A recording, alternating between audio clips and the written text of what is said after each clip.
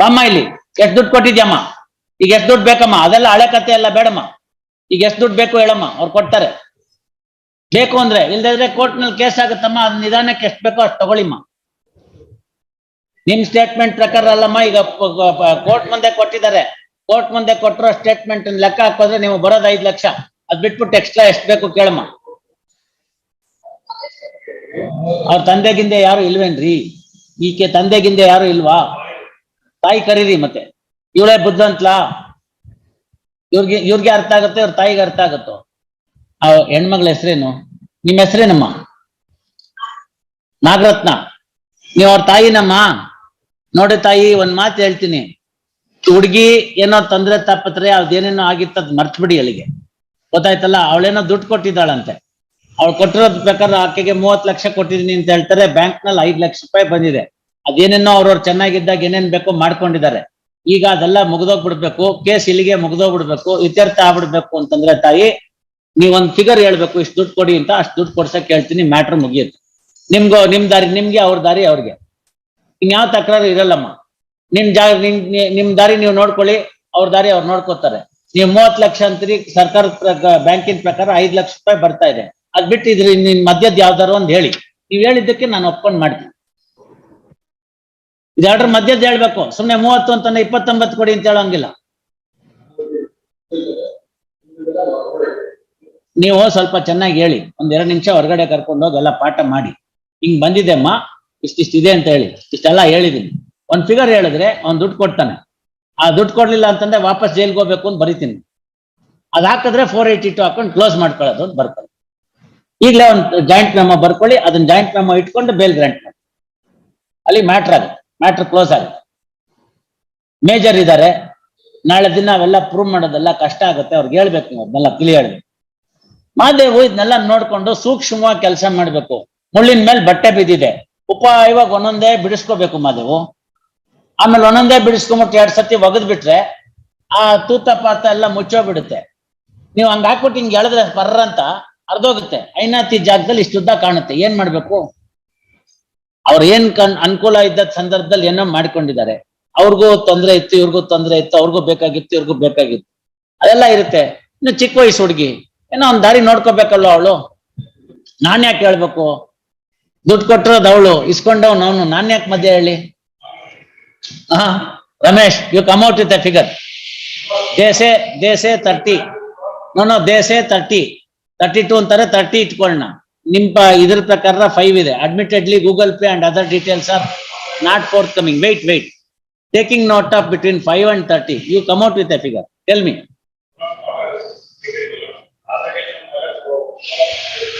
ಆಯ್ತು, ಬಿಟ್ಬಿಡಿ, ಅದೆಲ್ಲ ಬೇಡ.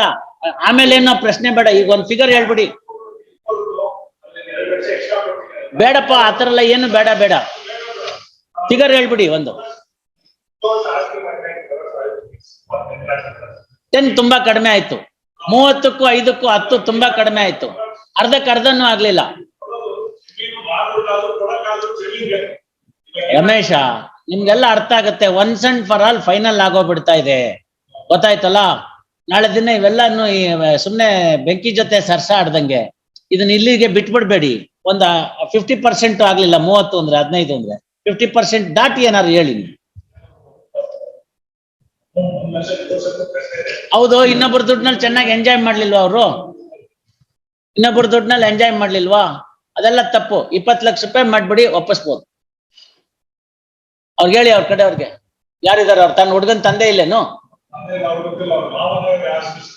ಮಾರೋ ಅಣ್ಣಯ್ಯ, ಏನಪ್ಪ ಅವನ ಹೆಸರೇನು? ನಿನ್ನ ಹೆಸರೇನು ಅಣ್ಣಯ್ಯ? ಪಾಪ ಮುಂದ್ ಬಾರಪ್ಪ, ಒಂದ್ ಸ್ವಲ್ಪ ಜಾಗ ಬಿಡವ. ನಿನ್ನ ಹೆಸರೇನಪ್ಪ? ಮುನ್ಶಾಮಪ್ಪ. ಈಗ ನಿಮ್ ವಕೀಲರಿಗೆಲ್ಲ ಗೊತ್ತಿದೆ, ಅಲ್ಲಿ ಕೂತ್ಕೊಂಡೋಗಿ ಹೇಳ್ತಾರೆ, ಗೊತ್ತಾಯ್ತಾ? ಈಗ ಒಂದು ಹೊರಗಡೆ ಹೋಗುವಂತ ಒಂದು ಅವಕಾಶ ಸಿಕ್ಕಿದೆ ಸುಲಭವಾಗಿ. ಇದು ಇಲ್ಲಿಗೆ ಮುಗ್ದೋಗುತ್ತೆ. ಈ ಕೋರ್ಟ್ ನಲ್ಲಿ ಎಲ್ಲ ಇತ್ಯರ್ಥ ಆಗೋಗ್ಬಿಟ್ಟು ಆ ಹುಡ್ಗಿದ ದಾರಿ ಹುಡ್ಗಿಗೆ, ನಿಮ್ ದಾರಿ ನಿಮ್ಗೆ. ಆಕೆ 32 ಬರ್ಬೇಕು ಅಂತ ಕೇಳ್ತಾರೆ. ಸರ್ಕಾರದ ಬ್ಯಾಂಕ್ ಲೆಕ್ಕದಲ್ಲಿ 5 ಲಕ್ಷ ರೂಪಾಯಿ ಇದ್ದೇ ಇದೆ. ಅದಲ್ದಲ್ಲೇ ಗೂಗಲ್ ಪೇ, ಆ ಪೇ, ಈ ಪೇ ಅಂತೆಲ್ಲ ಕೊಟ್ಟಿದ್ದಾರೆ ಅಂತ ಹೇಳ್ತಾರೆ. ಅದು ಅವ್ರವ್ರ ಮಧ್ಯದಲ್ಲಿ ಏನೇನ್ ನಡೆದಿರುತ್ತೋ ನನ್ಗೂ ಗೊತ್ತಿಲ್ಲ, ನಿನ್ಗೂ ಗೊತ್ತಿಲ್ಲ. ಇವೆಲ್ಲ ಇದಿದ್ದನ್ನ ಇವತ್ ಮಾಡ್ಕೊಂಡು 8-10 ವರ್ಷ ಕೋರ್ಟ್ ನಲ್ಲಿ ಕೇಸ್ಗಳು ಮಾಡ್ಕೊಂಡು ಆ ಹುಡ್ಗನ್ ಜೀವನ ಹಾಳು, ಹುಡ್ಗಿ ಜೀವನ ಹಾಳು ಇದನ್ ಮಾಡ್ತಿರೋ. ಒಮ್ಮೆಲೆ ಒಂದೇ ಒಂದು ಇತ್ಯರ್ಥ ಮಾಡಿ 20 ಲಕ್ಷ ರೂಪಾಯಿಗೆ ಒಪ್ಕೊಂಡ್ಬಿಡ್ತಾಳೆ. ಅದನ್ನ ಹೊಂದಾಣಿಕೆ ಮಾಡೋಂಗಿದ್ರೆ ಮಾಡ್ರಿ, ಇಲ್ದರ್ ಕೇಸ್ ನಡೀಲಿ, ನಿಮ್ ಹುಡುಗ ಅಲ್ಲಿರ್ಲಿ. ಎಸ್, ಪೋಸ್ಟ್ ಆಫ್ಟರ್ ವೆಕೇಶನ್ ಅವ್ರು ಕೇಳ್ಬಿಟ್ಟು ಹೇಳಿ. ನೀವು ಅವ್ರು ಆಗಲ್ಲ ಅಂದ್ಮೇಲೆ ನಾವೇನ್ ಮಾಡಕ್ಕಾಗತ್ತೆ? ಮಾತಾಡ್ಕೊಂಬಂದು 12:45 ಕೋರ್ಟ್ ಎದ್ಬಿಡುತ್ತೆ. Because 1 o'clock we have full court meeting. Your job is over. You can go. Anirudh can go. You can go. You can go. ಏನಾಯ್ತು? ಏನು ಕನ್ಸೆಷನ್ ಬೇಡ. 25 ಹೇಳ್ಬೇಕು ಅಂತಿದ್ದೆ ರಮೇಶು, 20 ಕೇಳಿದೀನಿ. 25 ಹೇಳ್ಬೇಕು ಅಂತಿದ್ದೆ, 20 ಹೇಳಿದೀನಿ. 20 ಸರಿ ಇದೆ.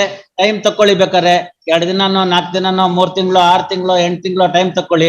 482 washing only after the last payment. ಇವತ್ತು ಬೇಲ್ ಆರ್ಡರ್ ಮಾಡಿ. ಹಂಗ್ ಮಾಡಕ್ ಬರೋದಿಲ್ಲ ಯಜಮಾನ್ರೆ. ನಿಮ್ಮನ್ನೇ ಒಂದ್ ಹೇಳ್ತೀನಿ ಯಜಮಾನ್ರೆ, ನಿಮ್ಮನ್ನೇ ಹೆಣ್ಮಗಳಾಗಿದ್ರೆ ನೀವ್ ಹಿಂಗೆ ಹೇಳ್ತಿದ್ರಾ? ಬಿಟ್ಬಿಡಿ. ನೋಡಿ, ನ್ಯಾಯ ಆಗ್ತಾ ಇದೆ. ಒಂದ್ ಕೇಳ್ಕೊಳ್ಳಿ, ನೀವೆಲ್ಲ ನ್ಯಾಯಸ್ಥರು, ಹಳ್ಳಿಗಳ ಕಡೆ ಇರೋರು.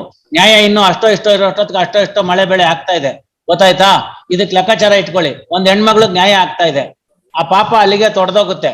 ಮುಂದೆ ಅವ್ರ ಮಗಳಿಗೆ ಕೊಟ್ಟಿದ್ದಾರೆ, ಮುಂದೆ ಆ ವಂಶಾಭಿವೃದ್ಧಿ ಆಗ್ಬೇಕೋ ಬೇಡವೋ? ಇವಳು ದಿನಾಗ್ಲೂ ನಿಟ್ಟುಸರು ಆಗ್ತಾ ಇದ್ರಲ್ಲಿ ಚೆನ್ನಾಗಾಗತ್ತಾ? ಆಗೋದಿಲ್ಲ. ಅದೆಲ್ಲ ಚೆನ್ನಾಗಿರ್ಬೇಕು. ನಿಮ್ ವಸ್ತು ನಿಮ್ಗೆ ವಾಪಸ್ ಬರ್ಬೇಕು.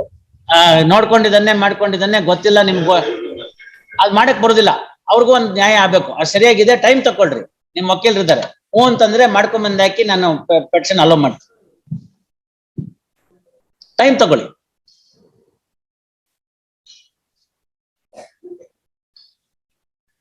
ಒನ್ ಇಯರ್ ಜಾಸ್ತಿ ಆಗುತ್ತೆ. ನೀವು ನೋಡ್ಕೊಂಡು ಬರ್ದಾಕಿ, ನಾನು ನನ್ನ ಕೆಲಸ ಮಾಡ್ತೀನಿ. ಎಷ್ಟು? 9 ತಿಂಗಳು ಆಗ್ಬೋದು. ಒಟ್ಟಿಗೆ ಅಷ್ಟು ದುಡ್ಡು ಎಲ್ಲಿಂದ ಮಾಡ್ತಾರೆ ಮಾಧವ್? ಕೂತ್ಕೊಂಡು ಇಬ್ರು ಬರೀರಿ, ಒಂದ್ ಜಾಯಿಂಟ್ ಮೆಮೊ ಬರೀರಿ. ಒಂದ್ ಸ್ವಲ್ಪ ಕೊಡ್ತಾರೆ, ಏನಾದ್ರು ಕೊಡ್ತಾರೆ. 5 lakhs ಎಲ್ಲ ಕೇಳ್ಬೇಡಿ. ಅವ್ನ್ ಜೈಲಲ್ಲಿ ಇದ್ದಾನೆ, ಹೊಂದಾಣಿಕೆ ಮಾಡ್ಬೇಕಲ್ಲ. ಏನ್ ಕೊಡ್ತೀರಿ ಈಗ ಬೇಲ್ ಆರ್ಡರ್ಗೆ? ಎಟ್ ಕೊಟ್ಟಿರ ಹೇಳಿ?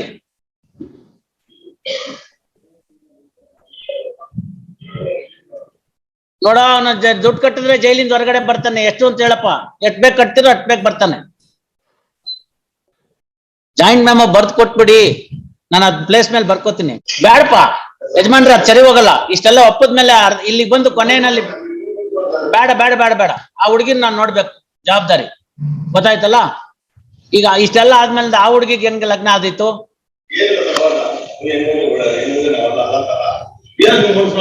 ಏನ್ ಬೇಡ, ಮನ್ಸ್ ಮಾಡಿದ್ದಕ್ಕೇನೆ 32ರಿಂದ 20 ಮೊದಲನೇ ದಿನ 50 ಕೇಳಿದ್ಲು ಆ ಹುಡುಗಿ. 50 ಕೇಳಿದ್ಲು. ಕೊಟ್ಬಿಡಿ, ಕೊಟ್ಟೆ ಬಿಡಿ. ಯಜಮಾನ್ರು ತಂದಿದ್ದಾರೆ, ಮದೇವ್ ಆಯ್ತು, ಸಪೋರ್ಟ್ಗೆ ನಿಂತಿದ್ದೀರಲ್ಲ, ಕೊಟ್ಬಿಡಿ. ಅದನ್ನ ಬರೆದು ಬಿಡಿ ರಮೇಶ್. ನೀವು ಎಂಟ್ರಿ ಇಟ್ಟಿಂದಿರಿ, ತಗೊಮ್ಮ, ಎಣಿಸ್ಬಿಟ್ಟು ಕೊಡ್ತಾರೆ. ತಗೊಮ್ಮ, 1.5 ಲಕ್ಷ ತಗೊಮ್ಮ. ಮಿಕ್ಕಿದ ದುಡ್ಡನ್ನ 3 ತಿಂಗಳಂಗೆ ಆ ಕಂತಾಕಿ ಒಟ್ಟು 9 ತಿಂಗಳಲ್ಲಿ ತೀರ್ಮಾನ ಮಾಡ್ತಾರಮ್ಮ. 9 ತಿಂಗಳು ಆದ್ಮೇಲೆ ನೀನೊಂದು ಅರ್ಜಿಗೆ ಸೈನ್ ಮಾಡ್ಕೊಡ್ಬೇಕು. ಈಗೊಂದು ಸೈನ್ ಮಾಡಿರ್ಬೇಕು. ಅಲ್ಲಿ ನನಗೆ ಈ ಕೇಸ್ ಬೇಡ, ಮುಂದುವರ್ಸ್ಬೇಡ, ಅವ್ರು ನಮ್ ದಾರಿ ನಮ್ಗೆ, ಅವ್ರ ಬಾರಿ ಅವ್ರಿಗೆ ಅಂತ. ಏನಮ್ಮ? ಫಸ್ಟ್ ಅದನ್ನ ಬರೀರಿ ನೀವು. ಅದನ್ನ ಅವ್ರು ಇನ್ನೂ ಏನೋ ಅಲ್ಲ ಅಂತ ಇದಾರೆ. ಏನಂತಿದ್ಯಮ್ಮ? ಅದೆಲ್ಲ ಬರೀತೀನಲ್ಲಮ್ಮ, ಅದನ್ನ ಅಲ್ಲೇ ಬರೀತಾರೆ. ಈಗ ನೀವು ಸೈನ್ ಹಾಕಿ ಕೊಡ್ತಾರೆ. ನೋಡಿ, ನೀವು ಚೆನ್ನಾಗಿರಿ, ಅವರು ಚೆನ್ನಾಗಿರ್ತಾರೆ. ಹೊಸದಾಗ ಊರಿಗೆ ಹೋದವ್ರು ಒಬ್ಬರಿಗೆ ಯಜಮಾನ್ರಿಗೆ ಕೇಳಿದ್ರಂತೆ, ಊರ್ ಚೆನ್ನಾಗಿದ್ಯಾ ಅಂತ. ಅವಾಗ ಯಜಮಾನ್ರಿಗೆ ಉತ್ತರ ಹೇಳಿದ್ರಂತವ್ರು, ನಿಮ್ ನಾಲ್ಗೆ ಚೆನ್ನಾಗಿದ್ರೆ ಊರ್ ಚೆನ್ನಾಗಿರುತ್ತೆ. ಅಷ್ಟೇ, ತಿಳಿತಲ್ಲ? ನೀವು ಚೆನ್ನಾಗಿರಿ, ಅವರು ಏನು ಮಾಡಕ್ ಹೋಗಲ್ಲ. ಒಂದ್ ಯೋಚನೆ ಮಾಡ್ಬೇಕು ಯಜಮಾನ್ರು. ಈ ತರದ್ದೆಲ್ಲ ಆದಾಗ ನೀವೇ ಅಲ್ಲಿ ಕೂತ್ಕೊಂಡು ಬಗೆಹರಿಸ್ಬಿಟ್ಟಿದ್ರೆ ಅದು ಇಲ್ಲಿ ತನಕ ಬರ್ತಾನೆ ಇರ್ಲಿಲ್ಲ. ಆಯ್ತಲ್ಲ, ಈಗೆಲ್ಲ ಆಯ್ತಲ್ಲ, ಬಿಟ್ಬಿಡಿ. ಈಗೆಲ್ಲ ಕೂತ್ಕೊಂಡಿದ್ದೀರಿ, ಬಗೆಹರಿಸ್ಬಿಟ್ಟಿದ್ದೀರಿ. ಮುಂದೆ ಆಗ್ಬೇಕು. ಅವನ ಮಗಳು ಚೆನ್ನಾಗಿರ್ಬೇಕು, ಅವನ ಅಳಿಯ ಹೊರಗೆ ಬರ್ಬೇಕು, ಅವ್ರು ಚೆನ್ನಾಗಿ ಬದುಕ್ಬೇಕು, ಆಕೆನೂ ಚೆನ್ನಾಗಿ ಬದುಕು, ಎಲ್ಲರೂ ಚೆನ್ನಾಗಿರಿ. ಯಾರು ಬೇಡ ಅಂತಾರೆ? ಗೊತ್ತಾಯ್ತಲ್ಲ? ನೋಡಮ್ಮ, ನೀನು ನಾಳೆಯಿಂದ ಯಾವುದೇ ರೀತಿಯಾಗಿ ಫೇಸ್ಬುಕ್ ಅಲ್ಲಿ, ವಾಟ್ಸಪ್ ಅಲ್ಲಿ, ಇನ್ನೊಂದ್ರಲ್ಲಿ, ಅಲ್ಲಿ ಇಲ್ಲಿ ಇನ್ಸ್ಟಾಗ್ರಾಮ್ ಅಲ್ಲಿ ಎಲ್ಲೂ ಏನು ಮಾಡಬಾರ್ದು. ಅವರು ನಿಂಗೆ ಏನು ಮಾಡಲ್ಲ. ಆಯ್ತು, ಕೊಡ್ಲಿ, ಬರ್ಕಮ್ಮ. ಸೆಕ್ಷನ್ 439 CRPC ಒಂದ್ ಜಾಯಿಂಟ್ ಮೆಮೊ ಕೊಟ್ಬಿಡಿ, ನಾನು ಪ್ಲೇಸ್ ಅಲ್ಲಿ ಇಟ್ಕೋ. Heard Sri B. Ramesh, a learned HCGP, and R.K. Mahadeva for the de facto complainant. First, de facto complainant present. The father-in-law of the petitioner present. First, the parties amicably settled the dispute amongst themselves. First, there was a living in relationship between the parties on the ground of promise to marry. However, the promise could not be fulfilled and petitioner married some other lady and therefore, complaint came to be filed. First, petitioner is arrested and is in judicial custody. Yavathindanappa? On and from 15/12/2021. First, a charge sheet is also filed. First, when the matter stood thus, parties have settled the dispute amicably and they have presented a joint memo. Aita, as per the contents of the joint memo, sum of rupees 20 lakhs will be obtained by the sum of 20 lakhs would be paid by the petitioner to the de facto complainant as full and final settlement of the as a compensation for the living in relationship that petitioner had with the complainant. First, it is while fixing the amount, it is also taken note of the fact that de facto complainant has lent some money through bank account and Google Pay and other methods to the petitioner. Likewise, petitioner has also repaid some amount to the petitioner. Taking note of these aspects of the matter, and also taking note of the fact that the bank statement is made available before the court, the parties wants to settle the dispute amicably. First, after payment of the entire amount of 20 lakhs in installments, dispute a logical end by filing necessary application before this court, necessary petition before this court to bring the dispute to logical end. First, sum of rupees in persons of the said settlement come out today. Sum of rupees 1,50,000 is paid in cash to the de facto complainant by the de facto complainant, and the same is acknowledged. 1.5 lakhs of rupees as the first installment. The balance amount would be paid in 3 installments of 3 months in 3 months gap. First, 3 installments in 3 months gap. First, aita 3 months gap. First, next para. Once the entire amount is paid, the list would be brought to a logical end. First, the said submission in the form of joint memo is placed on record. First, taking note of these aspects of the matter, continuation of the accused petitioner in judicial custody is no longer warranted. Accordingly, bail petition following order is passed. Bail petition allowed. Aita, petitioner be enlarged on bail on executing a bond in a sum of rupees 1 lakh with 2 sureties for the like sum. First, petitioner shall attend the court regularly. Aita, petitioner shall not tamper the prosecution witnesses. Petitioner shall not harass the de facto complainant in any manner. So also, complainant shall not post any objectionable material on social media. First, each of the parties shall work towards the settlement proposed in the joint memo. First, next para. Aita, next ಅದನ್ನ ಮೇಲ್ಗಡೆನೆ ಬರ್ಕೊಂಡ್ಬಿಡು. ಆ ಪ್ಯಾರನ ಮೇಲ್ಗಡೆ ಎರಡು post ಮಾಡಬಾರ್ದು ಅನ್ನೋ para ಇದೆಯಲ್ಲ, ಅದನ್ನ ಮೇಲ್ಗಡೆ ಬರ್ಕೊಂಡ್ಬಿಡು. Next para ಕೆಳಗಡೆ, petitioner shall attend the court regularly. ಆಯ್ತಾ, petitioner shall not tamper the prosecution witness. ಆಯ್ತಾ, petitioner full stop. Next para. Violation of any one of the condition would entitle the prosecution to seek for cancellation of the bail. Ordered accordingly. ನೀವು ಬರ್ಬಿಟ್ಟು ಅಲ್ಲಿ ಕೊಡಿ, 1 ಗಂಟೆಗೆ meeting ಇದೆ, and I have to go there. Yes, Mr. Ramesh, you take care of that. ಅದನ್ನ ಮಾಡ್ಕೊಂಡ್ಬಿಟ್ಟು ಅಲ್ಲಿ ಮಾಡಿ, ಅದನ್ನ ಆರ್ಡರ್ ಶೀಟ್ ಅಲ್ಲಿ ಬರ್ಸ್ಕೊಳ್ಳಿ.